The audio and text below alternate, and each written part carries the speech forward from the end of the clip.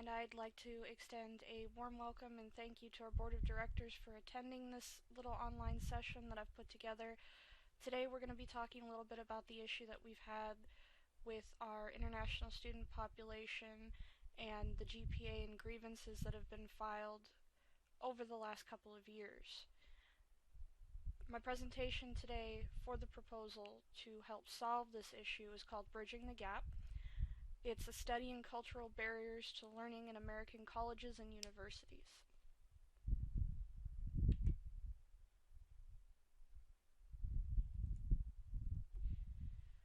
To create an e-learning course which fosters cultural sensitivity and understanding among adjunct and full-time faculty members, thus fostering the academic careers of international students through ensuring their understanding of academic honesty in the United States.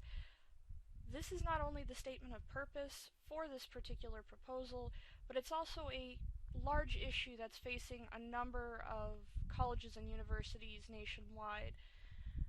A lot of the American students also have problems when they go overseas to other countries because what it boils down to is most students do not look at what it is they're going into. They just want to be able to get into the school system and to start their work. However, with international students that come into our programs, it's not just about having an understanding of the English language to which end they can write and read. It's being able to understand our laws, such as intellectual property rights, because things like that don't exist in other cultures and other countries. Our current campus statistics state that the graduate program is made up of 95% international students and only 5% domestic students. The primary issue cited among faculty members as a cause for students receiving failing grades is plagiarism and violation of institutional academic honesty policies. There has actually been a study done and published within the university stating that due to the plagiarism issues that students are currently facing, GPAs would be anywhere from about 0.5 to 1 entire grade point higher if it were not for these issues. A large number of adjunct faculty members still currently work in their field and do not have the time to spend in faculty development training sessions, and many of the new adjuncts have never stepped behind a podium to teach in a traditional college course previous to being hired on at this particular university. This is a large and growing problem due to the fact that a lot of these instructors, a lot of these professors have immense knowledge of the topic that they're teaching, but they are not well versed in being able to actually convey that material to the students. There are a number of possible design and management issues. Within the design side, there may be some issues with finding subject matter experts. The best bet would probably be to look into people that are certified in TOEFL and TESOL in order to ensure that we have experts that are in the field right now. The other issue is there is a non-exhaustive list of possible cultures that we have coming in, though yes, the majority of them are either from Middle Eastern countries or Asian countries. However, we cannot overlook the other countries, the other cultures that we have within our programs.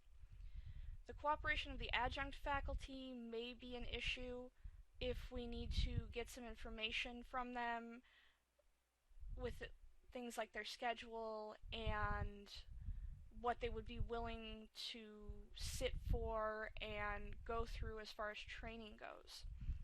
The length of the sessions ties into that a little bit as well, and what we have to understand is learning will happen in spite of instruction, in spite of providing these training sessions for our faculty members, but we want to make sure that what they're learning about their students is fact, not fiction per se.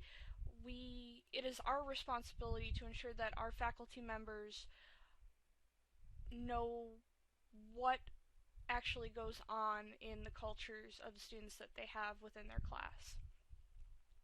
Some of the management complications for this project would be the buy-in of all the key stakeholder parties, in other words the students, the full-time faculty members, the deans, and the adjunct faculty. Scheduling, specifically in the area of adjunct faculty who are still working within their field, and the communication and communication channels that are currently provided to the faculty members to help them verify information and ask questions if need be. There are two key stakeholder groups that will be affected by this training session. They are the faculty and the international students.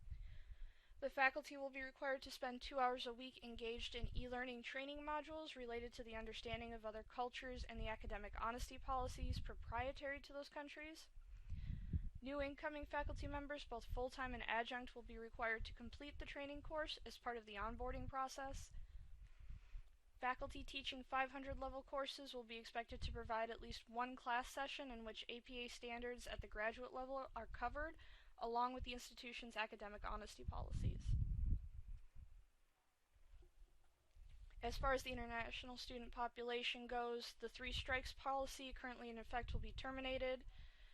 Right now, we have what's called plagiarism camp for the students that are found to have plagiarized in their work at the graduate level. This is where they attend a session in which they will write papers and be instructed in the ways of APA formatting and academic honesty.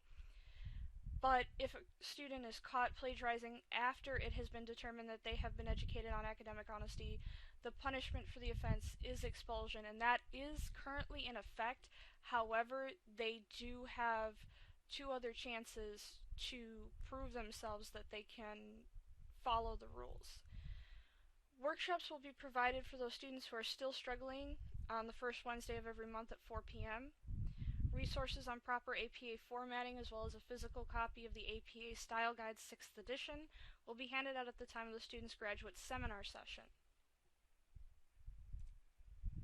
There are several institutional benefits that will come from putting this program into action, and those are better understanding among international students, higher GPAs, a more culturally diverse faculty.